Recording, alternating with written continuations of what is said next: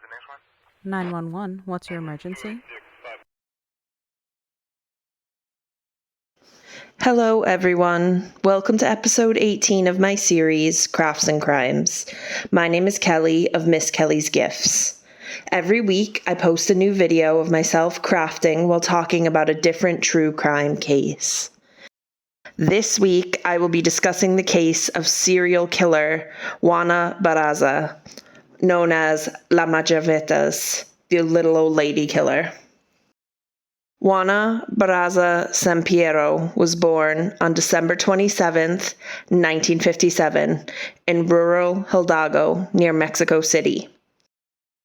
Her father, Trinidad Barraza, was a police officer, and her mother, Usta Sampiero, was a prostitute with an alcohol problem. When Juana was a baby, her mother abandoned the family to begin an adulterous affair with Refugio Sampiero, who Usta would eventually marry. As a child, Barraza never learned to read and had a very rocky relationship with her mother, to say the least. When she was just 13 years old, Juana was pimped out by her mother for the first time to a man named Jose Lugo, for the cost of 3 beers. Lugo would abuse teenage Barraza for 4 years, resulting in 2 pregnancies at 13 and 16 years old. These pregnancies resulted in miscarriages both times. Juana Barraza left for Mexico City after her mother died of cirrhosis of the liver. While living in Mexico City, she would marry several times and give birth to 4 children. In the 80s and 90s, Juana had several jobs and toured central Mexico as a professional wrestler, known as La Dama del Silencio, the Lady of Silence. After the birth of her 4th child in 1995, she found herself short of money, so she began stealing from shops and breaking into people's homes. In 1996, along with her friend Araceli Tapia Martinez, they hatched a plan to begin stealing from the elderly. The pair would dress in white clothes and pretend to be nurses in order to gain entry to the homes of elderly people living on their own. Once inside, they would rob them. Little did Barraza realize that Martinez was in a relationship with corrupt federal police officer Moises Flores Dominguez, and they had a plan to extort money from her. Flores met Barraza after a robbery she committed alone and threatened to arrest her unless she paid him 12,000 pesos, or the equivalent of about 60,000 US dollars or 48,000 pounds today. In 1998, there was a noticeable increase of brutal murders of elderly people in Mexico City, which led the press to speculate about the existence of a serial killer they dubbed El Matajavetas. Many people believed the killer to be a man, which was why the press referred to the mysterious killer with the masculine El. The police in Mexico City denied that there was any connection between the crimes, and several people were imprisoned for some of the murders. By 2000, Juana was retired from wrestling, but found herself in dire straits with very little money.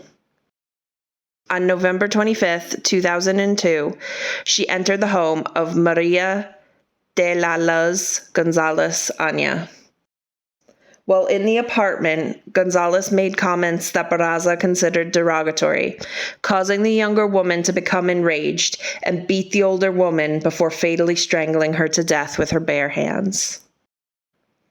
It would be 3 months before Juana committed her next murder, and there are those who believe that she was inspired by the stories circulating about El Matajavetas rather than her own desire to kill.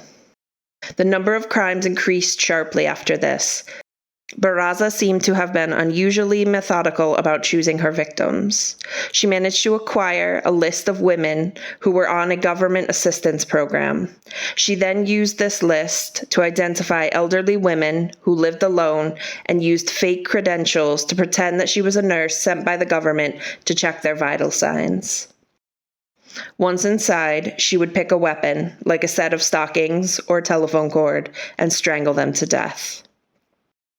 Barraza would then look through her victims' houses for something to take with her, though the crimes don't seem to have been motivated by financial gain. Juana Barraza would take only a small memento from her victims, like a religious trinket. The search for Barraza was complicated by conflicting reports and an unwillingness by many Mexican officials to fully believe they had a serial killer on their hands. Witnesses described the suspect as a tall, stocky man wearing women's clothing. This led police to round up known transvestite prostitutes for questioning. According to criminologists, the killer was most likely a man with a confused sexual identity who had been abused as a child by an elderly relative. The killings were a way of channeling his resentment towards innocent victims who stood in for the person who had abused them. They knew that the killer was posing as a city council nurse or social worker to gain the victim's trust and access to their homes. Police were reluctant to release any information about the case because Mata-Javatas was being used as a weapon in a power struggle between the National Action Party, who controlled the federal police, and the Party of the Democratic Revolution, who controlled the city council. At one point, the police released 2 composite sketches of the suspect, one more masculine and one more feminine, but they never mentioned the clothing the suspect wore or that they were suspected of the murders. They said only that they were a person of interest. It wasn't until 2005 that police admitted that the murders were the work of a serial killer. This confusion and fighting between political parties allowed Juana Barraza to continue with the murders because no one was looking for a woman. In mid-2005, Juana was dating a taxi driver, Jose Francisco Torres Herrera, also known as El Frijole, the Bean. He would become her accomplice. The frequency of the murders and the times they were committed changed. On September 28, 2005, Juana Barraza murdered 82-year-old Carmen Camila Gonzalez Miguel. She was an upper-class woman and the mother of a prominent local criminologist, Luis Rafael Moreno Gonzalez. This crime prompted the police to launch Operation Parks and Gardens. Patrols in the area were increased and pamphlets were distributed to the elderly to advise them to be wary of strangers. The police went so far as to pay elderly women to act as bait in local parks. New sketches were released and an announcement was made that police believed they were looking for a homosexual man. The murders abruptly stopped after October 2005. And investigators briefly considered the idea that the killer had taken their own life. On January 25, 2006, Juana Barraza entered the home of 82-year-old Ana Maria de los Reyes Alfaro and strangled her with a stethoscope. Alfaro's tenant returned to the home to discover the body.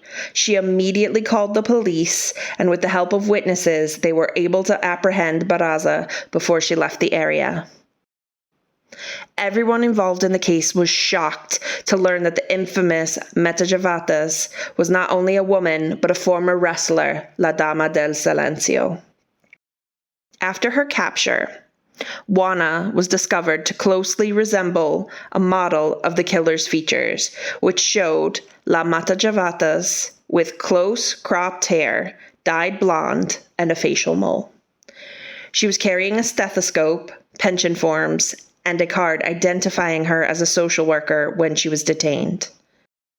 When authorities searched her home, they were shocked to find that despite being illiterate, Barraza had collected numerous newspaper clippings along with various small objects she had taken from her victims. They also discovered 2 shrines to Jesus Malverde and Santa Muerte, folk saints that are commonly venerated by criminals.